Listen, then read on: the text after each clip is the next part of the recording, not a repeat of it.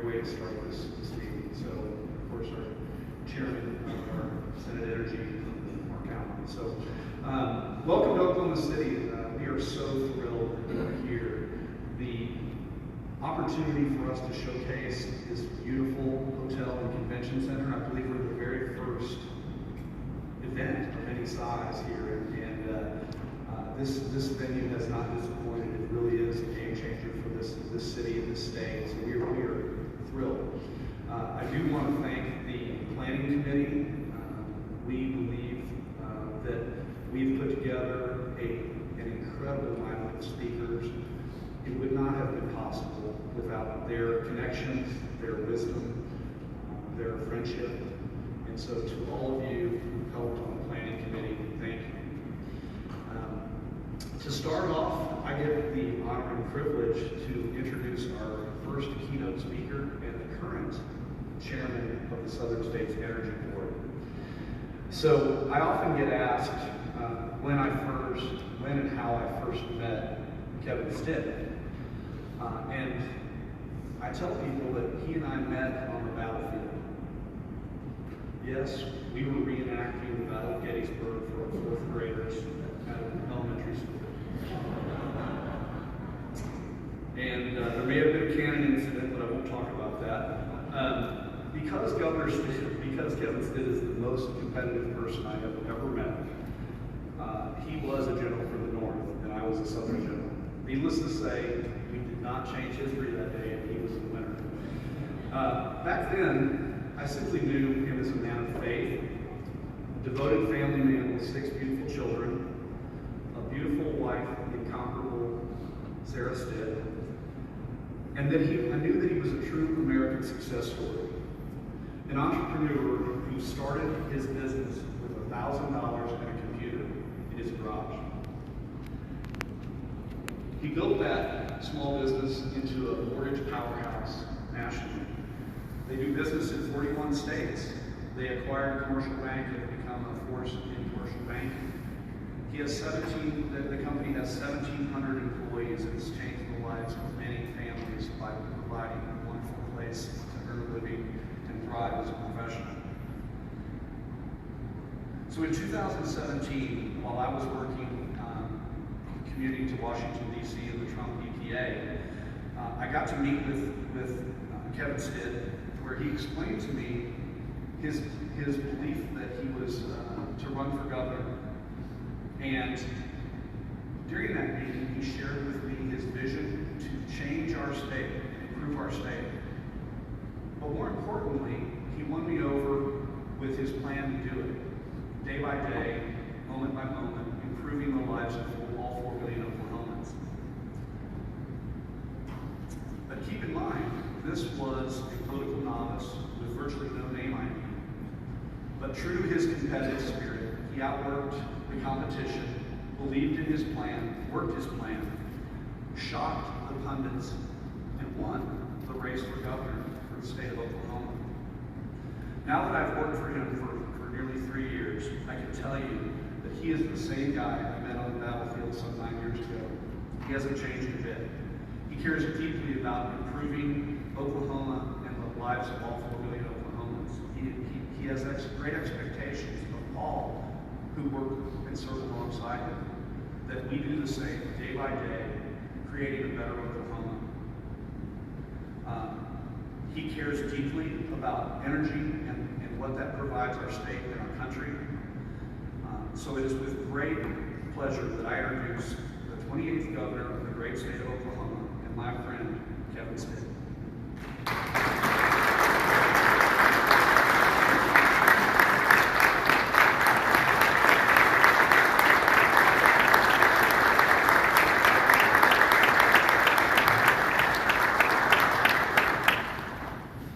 Thank you guys so much. Welcome to the great state of Oklahoma. And Ken Wagner, that was a great introduction. When I record that, let my mom hear that. It was fantastic. Really, my playbook in business and now in state government is very simple. It's just hiring people smarter than me, people like Ken Wagner, and letting them go run. So Ken, I believe, is the best at what he does in the entire country. So Oklahoma, we're very fortunate to have him serve as our Secretary of Energy and Environment. And I tell people, I just simply do what this guy tells me to do. But it's a great honor to welcome all of you to the 61st annual meeting of the Southern States Energy Board. And if you were with us last night, wasn't that a fantastic event? The band was great. Had a great conversation with my fellow governors, and hope everybody had a great time. Over the last 2 years of my chairmanship, a lot has changed as a result of the pandemic and its strain on our nation. You know, the pandemic has revealed not only the needs of our healthcare system, but also how the demand of energy can change so quickly. And I'm so pleased that we're here in person in Oklahoma City right now at this beautiful new facility. The theme of this year's annual meeting is Energy Pioneers in the New Frontier. You know, our nation is entering a period of unprecedented change and transition in the energy sector that includes all facets of energy, including production, transmission, environmental protection, transportation infrastructure, and workforce development. You know, how we consume energy is changing every single day. The challenges before us are enormous, but that also means there's enormous opportunities. Like we say in business, never let a good crisis go to waste. And as we meet these challenges head on, it's important that we remember the giants upon whose shoulders we stand.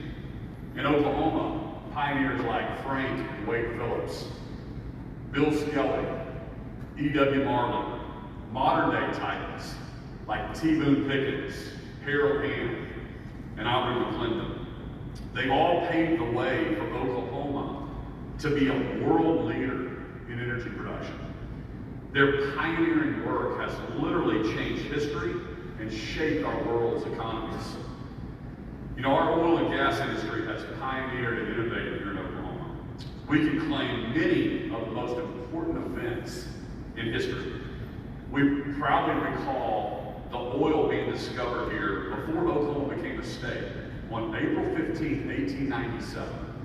A wooden oil derrick named Nellie Johnstone #1 in Bartlesville enabled a plume of crude oil and water to burst through the earth. This ushered in a new oil industry in Oklahoma. That well became the state's very first commercial oil enterprise and drew over 100,000 barrels of oil over a period of the next 50 years. The process of hydraulic fracturing was invented in 1949 by Halliburton in Duncan, Oklahoma. That same technology was later combined with horizontal drilling by other Oklahoma companies who were responsible for creating the shale revolution. This history is very personal to me. I'm a fourth-generation Oklahoman. We take great pride in our oil and gas industry, and we have for generations. People who aren't from here just don't get it. And when I saw the president beg the OPEC cartel to produce more oil after snubbing oil-producing states like Oklahoma, I was furious. You know, energy independence has been a goal of every single president, Republican and Democrat, since the 1973 OPEC embargo, which Richard Nixon launched, Project Independence. So I have a message for the president. Do not turn your back on us. Oklahoma, like many other states, has companies, rigs, and workers ready to drill right here at home. At the same time, we have embraced an all-of-the-above approach to energy. While Oklahoma remains a leader in producing fossil energy, we're actually ranked number 6 in the nation for oil production, 4th in natural gas. Oklahoma, a lot of people don't realize this, is also a leader in renewables and alternative energies. We're one of only 4 states in the U.S. to get more than 40% of our power from renewables. In fact, Oklahoma, we rank 2nd nationally in wind energy production. Our unique mix of natural gas and renewables has yielded remarkable environmental results without the heavy hand of government mandates. You know, Oklahoma, we have reduced its carbon dioxide emissions from the power by 3 times the national average. Using the latest numbers from EIA, Oklahoma has reduced its CO2 from the power sector by 35%, while the national average is only 12%. We have done all this while remaining the most affordable energy in the country of 9 of the 11 last quarters, according to EIA. Oklahoma has some of the cleanest air, cleanest water, most affordable energy in the entire country. This is a huge advantage for our state when it comes to recruiting jobs. We have Google here in Oklahoma. It just keeps expanding. They invested over $5 billion. I was thrilled to help Keynote, an electric vehicle manufacturer, move from California to the Tulsa area. Keynote will be opening their factory in 2023 and bringing 2,000 jobs to our state. Keynote CEO, which you're going to hear from later today, Tony Aquila, told me that he chose Oklahoma over other states because he wanted to be where the puck is heading, not where the puck was today. We recruited him from California. This is a huge win for Oklahoma. And it could not be possible without our all-the-above approach. So I've got to tell you, my Oklahoma Economic Developer of the Year, I can give it to a lot of folks. Our economy's going crazy, but I have to give it to Governor Gavin Newsom of California.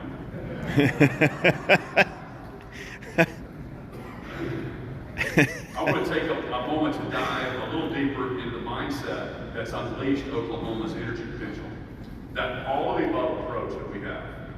We were not told by Washington to take this approach. It was not mandated by the federal government. As pioneers in energy, Oklahomans chose to pursue this route. This is what sets our country apart from others. The freedom states have to set their own policies, to cast their own visions, to make their own decisions. You know, California's energy policy is different than Oklahoma's. New York is different than Wyoming. Today, we are living in an interesting time. We have a front row seat at history. We're watching different states and different nations. They're grappling with this question. Is there ever a time when freedom should be sacrificed? You know, I love Ronald Reagan's definition of freedom. His favorite definition of freedom was, freedom is the ability to say no. You know, public safety, a lot of people say, well, we should sacrifice our freedoms for public safety. Maybe majority viewpoint. Maybe public health. Today, some leaders of cities and states in America are saying, yes, we should sacrifice that. This is deeply troubling to me. It's troubling. There are governors in other states who believe in sacrificing freedoms by mandating or controlling their citizens. Because today you might find yourself agreeing with these mandates, not really caring, but tomorrow you may disagree. You know, I believe that freedom and the government's job is to protect the minority's viewpoint. I also love this quote. In an unprinted essay introduction to Animal Farm by George Orwell, he wrote, if liberty means anything at all, it means the right to tell people what they do not want to hear.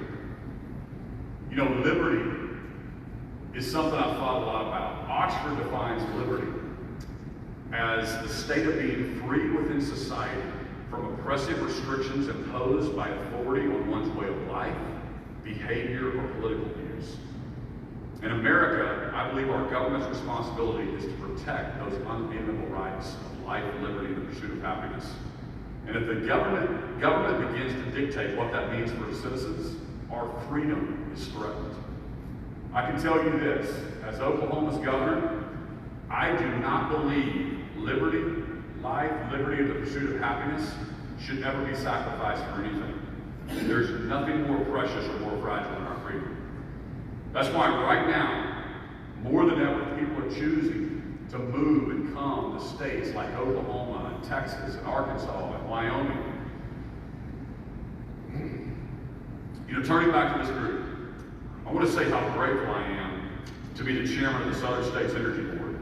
This organization enables us to support our member states in maximizing the use of their resources to benefit their citizens and states.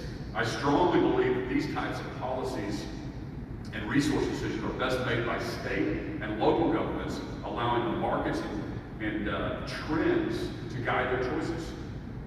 Today, we see consumers and investors demanding cleaner sources of energy and less emissions. Here in Oklahoma, we are answering those calls with the most diverse, efficient, and clean energy resources in the nation.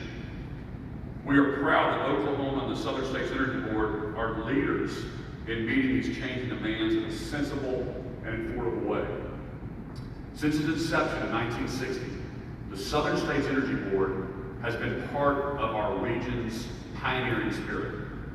From the board's role at the outset of nuclear power development to the age of carbon management, and from the technological innovations that cleared sulfur and nitrous oxide from our Appalachian mountain air, to the development of an interstate mechanism for remediation of environmental permitting, SSEB has been an active and strident supporter of strong state responses to energy and environmental issues.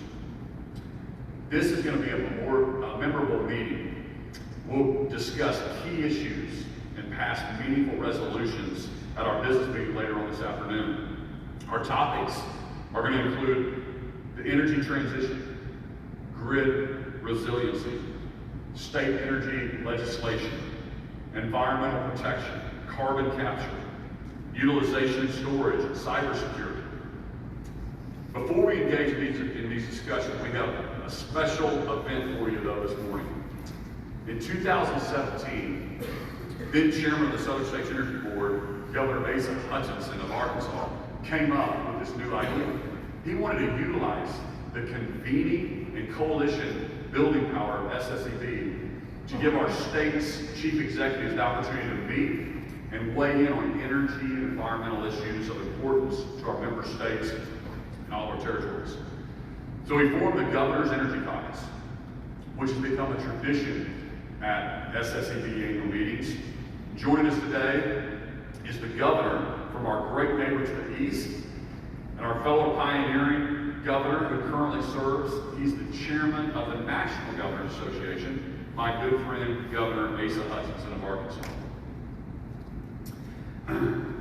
You know, when I was first elected chairman of SSEB in 2019, I had the great pleasure of participating in the Governor's Energy Caucus with Governor Mark Gordon of Wyoming. His state is another leader with rich traditional sources like coal, oil, and gas. So I'm pleased to also welcome my friend from the Cowboy State of Wyoming, Governor Mark Gordon. And today, serving as our moderator and discussion leader is going to be Oklahoma's Cabinet Secretary of Energy and Environment, Ken Wagner, which you've already met. So I'd like to now ask the governors to come forward and Ken Wagner to kick off the 2021 Governor's Energy Caucus. Thank you guys again for being here.